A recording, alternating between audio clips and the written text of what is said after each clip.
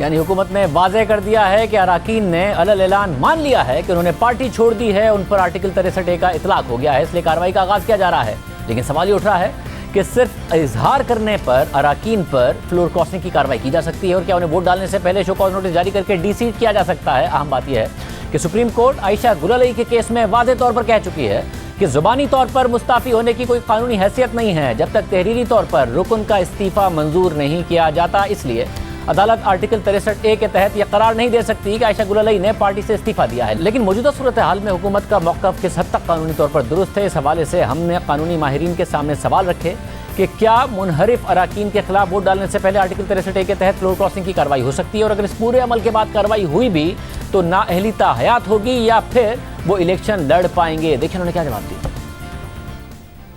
नहीं, देखिए, खिलाफ वोट देना जो है वो एक मुख्तलिफ बात है, पार्टी से रिजाइन कर देना एक मुख्तलिफ बात है।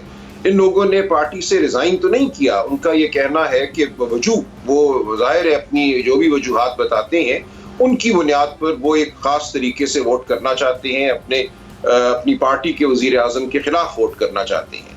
तो ये मामला बिल्कुल ऐसा नहीं है कि उन्होंने पार्टी से रिजाइन कर दिया हो, इसलिए 63A(1) का यहाँ इस सूरत पे कोई इतलाक नहीं है। आईन इजाजत देता है एक अमल की और कहता है कि अगर ये अमल करोगे तो फिर तुम्हें इस तादीबी कार्रवाई का सामना करना पड़ सकता है।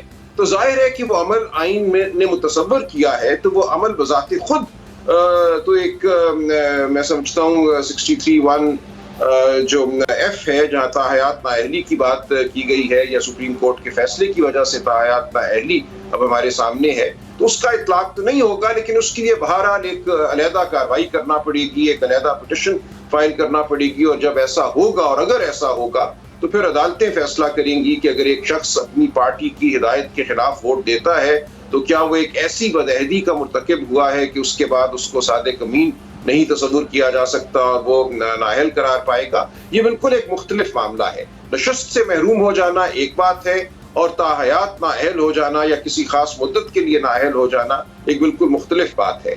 यहाँ इस वक्त बात सिर्फ ये हो रही है कि क्या उसको वोट देने से रोका जा सकता है, उसका जवाब है नहीं। और अगर वो वोट देता है पार्टी हिदायत के खिलाफ तो फिर क्या होगा, वो आईन में दिया गया है, उसके खिलाफ तादीबी कार्रवाई हो सकती है, वो अपनी नशस्त से महरूम हो सकता है। या ताहयात नाअहली का कोई जिक्र नहीं है। जब से ये नो कॉन्फिडेंस का मामला शुरू हुआ है, हुकूमत के वज़रा आइन की वाज़ेह प्रोविजन की ख्वाहिशात से मबनी सियासी तशरीह कर रहे हैं। मेरी नजर में देखिए 63A(1) जिसका वो हवाला दे रहे हैं, वो कहता है कि अगर आपने पार्टी से रेजिग्नेशन दे दिया हो या रिजाइन कर दिया हो, अब इसकी तशरीह जो है वो सुप्रीम कोर्ट ने ऑलरेडी कर दी है।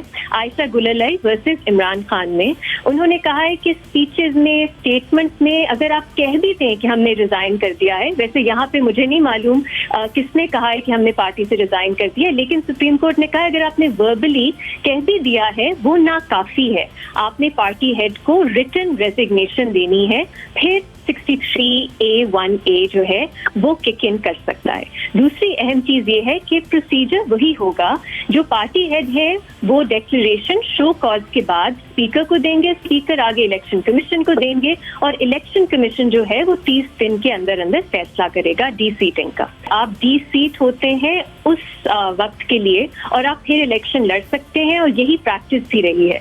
तो इस पे क्योंकि एक हमने पहले देखा था कि सुप्रीम कोर्ट ने 62(1) को लाइफ टाइम डिस्क्वालिफिकेशन की तरह इंटरप्रेट किया था, तो देखते हैं सुप्रीम कोर्ट यहाँ क्या कहता है। लेकिन मेरी नज़र में पास्ट प्रैक्टिस भी यही रही है और इसमें 62(1) की अगर आप कंपेयर करें यहाँ पे उसमें शायद गुंजाइश कम है, क्योंकि सिर्फ ये लिखा है कि आप अपनी सीट लूज कर देते हैं, ये नहीं लिखा कि आप हमेशा के लिए डिस्क्वालीफाई हो सकते हैं या आप आइंदा भी इलेक्शन नहीं लड़ सकते।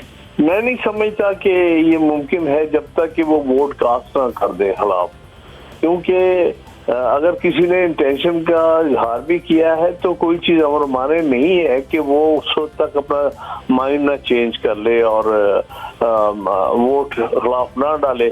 तो इसलिए जब तक एक एक्ट ना हो जाए जिसके बारे में आइन ने कहा है कि उसके बाद उसको डी सीट किया जा सकता है, तब तक उसके खिलाफ डी सीट होने की प्रोसीडिंग्स नहीं शुरू हो सकती। एक बात मैं क्लियर करना चाहता हूं कि लफ्ज डिस्क्वालीफाई गलत इस्तेमाल हो रहा है। आर्टिकल 63A में डिस्क्वालिफिकेशन की कहीं बात नहीं हुई।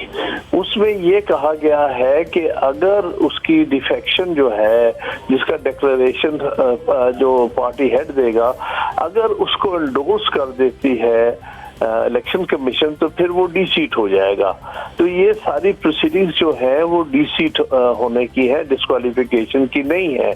उससे उसको अगले इलेक्शन लड़ने के लिए डिस्क्वालिफिकेशन का सामना नहीं करना पड़ेगा, वो सिर्फ वक्ती तौर पर डी-सीट हो जाएगा।